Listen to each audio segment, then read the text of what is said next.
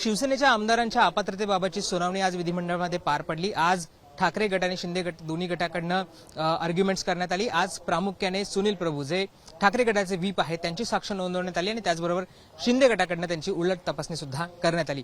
सुरुवातीला ठाकरे गटाकडनं जे पुरावे सादर करण्यात आले होते, जी कागदपत्र दाखल करण्यात आली होती ती रेकॉर्डवर घेण्यात आली आणि त्यानंतर सुनील प्रभू यांची साक्ष नोंदवण्यात आली। अर्थात सुनील प्रभू यांच्या साक्षीनंतर जेठमलानी जे शिंदेचे वकील आहेत त्यांनी त्यांची उलट तपासणी घेतली। आपण जर पाहिलं तर या आधीच्या सुनावण्यांमध्ये शिंदे गटाची बाजू कुठेतरी कमी पडती असं दिसून येत होतं। आज मात्र खुद्द ज्येष्ठ विधिज्ञ जेठमलानी हेच सुनावणीसाठी आले। त्यांनी शिंदे गटाची बाजू मांडली आणि त्यांनी शिंदे गटाची बाजू जोरदारपणे लावून धरली। प्रभूंना त्यांनी टार्गेट करायचा प्रयत्न केला, प्रभूंना त्यांनी कॉर्नर करायचा प्रयत्न केला आणि त्याच्या माध्यमातून शिंदेची बाजू ही भक्कम करायचा सुद्धा त्यांनी प्रयत्न केला।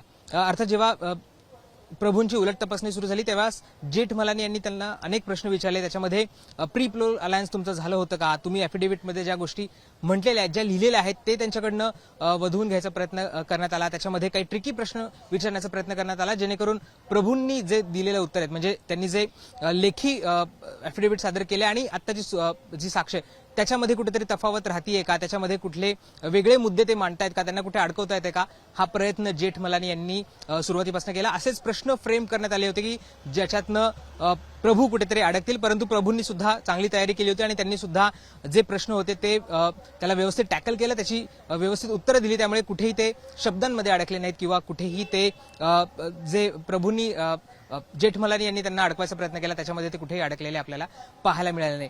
हा सगळा क्रम चालू होता। अर्थात ही सुनावणी सुरू असताना प्रभू हे मराठीमधनं त्यांची बाजू मांडत होते आणि ही जी सगळी सुनावणी आहे ती इंग्रजीमध्ये सुरू आहे, इंग्लिशमध्ये सुरू आहे। त्यामुळे भाषेवरनं सुद्धा मोठ्या प्रमाणावर आपण बघतो की आजच्या सुनावणीमध्ये खडाजंगी झाली, दावे प्रतिदावे झाले।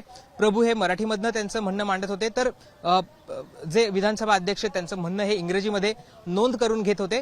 प्रश्न विचारल्यानंतर विधानसभा अध्यक्षांना तो प्रश्न प्रभूंना मराठीमध्ये समजावून सांगत होते आणि प्रभूंनी दिलेलं उत्तर हे पुन्हा एकदा इंग्लिशमध्ये नोंदवलं जात होतं। आता या सगळ्यामध्ये काही शब्द राहत होते, काही स्टेटमेंट्स राहत होती, काही शब्दांची जे अर्थ आहे ते वेगळे लागत होते आणि त्यामुळे कामत यांनी सातत्याने आक्षेप घेतला की जसं प्रभू म्हणतायत तसंच ते इंग्रजीमध्ये ट्रान्सलेट झालं पाहिजे आणि ते तसं होत नसेल तर तुम्ही एक ट्रान्सलेटर नेमा, तुम्ही त्या पद्धतीची सुविधा इथं तयार करा, परंतु प्रभू जे म्हणतायत ते जसं तसं ट्रान्सलेट झालं पाहिजे।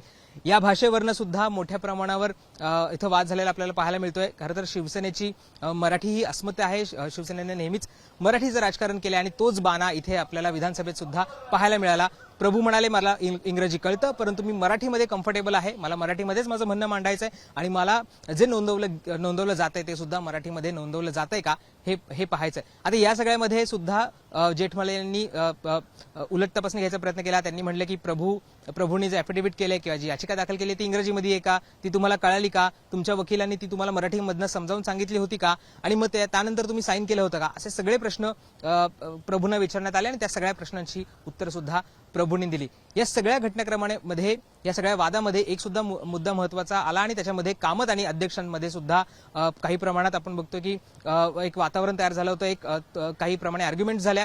त्याच्यामध्ये प्रभूंनी एका प्रश्नाचं उत्तर देताना संविधानाची शपथ घेतली, डॉक्टर बाबासाहेब आंबेडकरांच्या नावाचा उल्लेख केला, परंतु अध्यक्षांनी रेकॉर्डवर घेताना आंबेडकरांचं नाव रेकॉर्डवर घेतलं नाही आणि त्याच्यावर मोठ्या प्रमाणावर आक्षेप हा ठाकरेंचे वकील कामत यांनी घेतला की त्यांचं म्हणणं होतं की प्रभू आंबेडकरांचं नाव घेत आहेत तर तुम्ही ते नोंदवून का घेत नाही, तुम्ही ते रेकॉर्डवर का घेत नाहीत।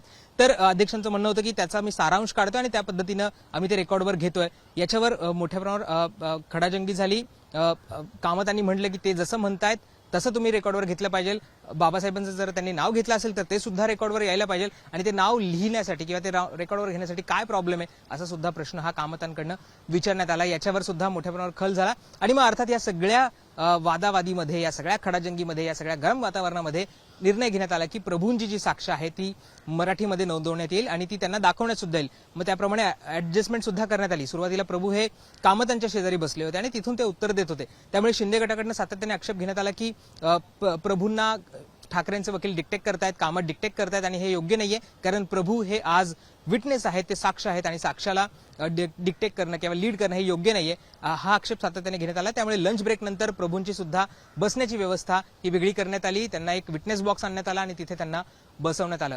ह्या सगळ्या सुनावणीमध्ये शेवटी जेठमलानी यांनी अनेक प्रश्न विचारले. जसं मी सुरुवातीला म्हटलं की पक्ष तुम्ही एकत्र निवडणूक लढवला होतात का, सुरुवातीला तुम्ही कोणाकडनं निवडणूक लढवली होती, तुम्ही कुठल्या मतदारसंघामधनं निवडणूक लढवला होतात, अशी अनेक प्रश्न विचारण्यात आले आणि त्याच्यावर सुद्धा ठाकरे गटाकडनं अनेक आक्षेप घेण्यात आले की हे जे प्रश्न आहेत ते पब्लिक डोमेन मधले आहेत, याची माहिती सगळ्यांना माहिती आहे. प्रभू कुठले कोणाचे आमदार आहेत, प्रभूंनी कुठनं निवडणूक लढवली, प्रभू त्यांनी काय प्रचार केला हे सगळ्यांना माहिती आहे आणि हे प्रश्न ह्या सुनावणीशी किंवा या खटल्याशी कुठले संबंधित आहे असा आक्षेप सुद्धा ठाकरे गटाकडनं घेण्यात आला होता. त्याला सुद्धा काउंटर हे शिंदे गटाकडनं करण्यात आला आणि शेवटी जेठमलानी जे शिंदेचे वकील आहेत त्यांनी सुद्धा एक महत्त्वाचा प्रश्न विचारला. तो म्हणजे तुम्ही म्हणताय की शिंदे हे तुमच्या संपर्कात नव्हते, ते सुरतला गेले आणि तिथे सगळे आमदार होते, त्यावेळेस तुमच्याकडनं म्हणजे तुमचे ठाकरेंचे 2 लोक हे मिलिंद नार्वेकर आणि आणखी एक जे आमदार आहेत ते तिकडे गेले होते आणि त्यांनी काय बोलणी केली किंवा ते त्यांना भेटायला गेले होते, ते त्यांना परत घेण्यासाठी डिस्कशन करायला गेले होते का, असा प्रश्न जेठमलानी यांनी प्रभूंना विचारला. तेव्हा प्रभूंनी उत्तर दिलं की हो, शिंदे आमच्या संपर्कात नव्हते, आम्ही त्यांना प्रयत्न करत होतो संपर्क करायचा, परंतु ते कुठलाही रिस्पॉन्ड करत नव्हते.